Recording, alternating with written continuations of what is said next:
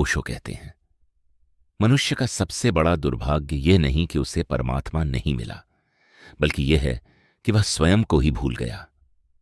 जरा एक पल रुकिए।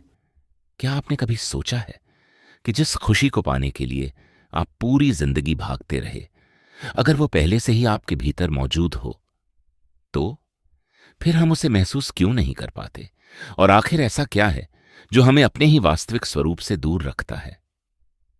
आज की इस वीडियो में हम ओशो की एक ऐसी गहरी शिक्षा को समझेंगे जो शायद जीवन को देखने का आपका पूरा तरीका बदल दे। लेकिन इससे पहले कि हम आगे बढ़ें, ओशो एक बहुत सुंदर उदाहरण देते हैं।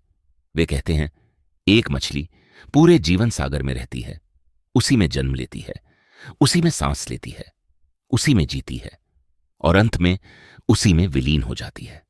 फिर भी वह कभी सागर को नहीं जान पाती। क्यों? क्योंकि सागर उससे बहुत दूर नहीं, बल्कि इतना पास है कि उसे अलग से देख ही नहीं सकती।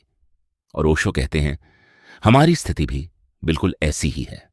हम जन्म लेते हैं, जीते हैं, सीखते हैं, सफल होते हैं, असफल होते हैं, लेकिन एक प्रश्न हमेशा अधूरा रह जाता है, मैं वास्तव में कौन हूं? हम अपने नाम को जानते हैं, अपने रिश्तों को जानते हैं, अपने पेशे को जानते हैं, लेकिन क्या हमने कभी उस व्यक्ति को जाना जो इन सब अनुभवों का साक्षी है? बचपन से हमें सिखाया गया, अच्छे अंक लाओ, अच्छी नौकरी पाओ, अधिक धन कमाओ, लोगों से आगे निकलो, और हम दौड़ते रहे।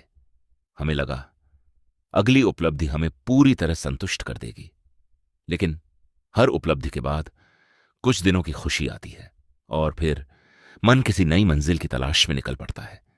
यही कारण है कि बाहर की यात्रा कभी समाप्त नहीं होती। जरा याद कीजिए, जिस वस्तु को पाने के लिए आपने महीनों मेहनत की, क्या आज भी वही उत्साह उसके लिए है? शायद नहीं, क्योंकि समस्या उस वस्तु में नहीं थी। समस्या यह थी कि हमने उससे स्थायी खुशी की उम्मीद कर ली, और जहां उम्मीद होती है वहां निराशा भी जन्म लेती है। लेकिन अगर खुशी बाहर नहीं है तो वह है कहां? ओशो कहते हैं, जब तक मन लगातार बाहर भागता रहेगा तब तक भीतर का मौन सुनाई नहीं देगा। हम बाहर की हर आवाज सुन लेते हैं, लेकिन अपने भीतर की शांति को सुनने का समय ही नहीं निकालते। कुछ क्षण सिर्फ अपने साथ बैठकर देखिए। कोई मंत्र नहीं, कोई प्रयास नहीं, सिर्फ अपने विचारों को आते जाते देखिए। धीरे धीरे आप पाएंगे कि विचार बदलते रहते हैं, भावनाएं बदलती रहती हैं, शरीर बदलता है, पर एक उपस्थिति ऐसी है जो कभी नहीं बदलती। वही आपका वास्तविक स्वरूप है। जब मन शांत होने लगता है तो जीवन बदलने लगता है। परिस्थितियां वही रहती हैं, लेकिन उन्हें देखने वाला बदल जाता है, और जैसे ही देखने वाला बदलता है दुनिया भी अलग दिखाई देने लगती है। यही भीतर की यात्रा है, यही आत्मबोध की शुरुआत है। शायद जीवन का सबसे बड़ा प्रश्न यह नहीं है कि हमें और क्या पाना है, बल्कि यह है कि हमने अपने भीतर क्या खो दिया है। जिस दिन आप कुछ क्षणों के लिए भी अपने विचारों से अलग होकर स्वयं को देखना सीख जाते हैं, उसी दिन भीतर एक नया द्वार खुलता है। वहां न तुलना है, न भय, न भाग दौड़, सिर्फ एक गहरा मौन। और उसी मौन में मनुष्य पहली बार स्वयं से मिलता है।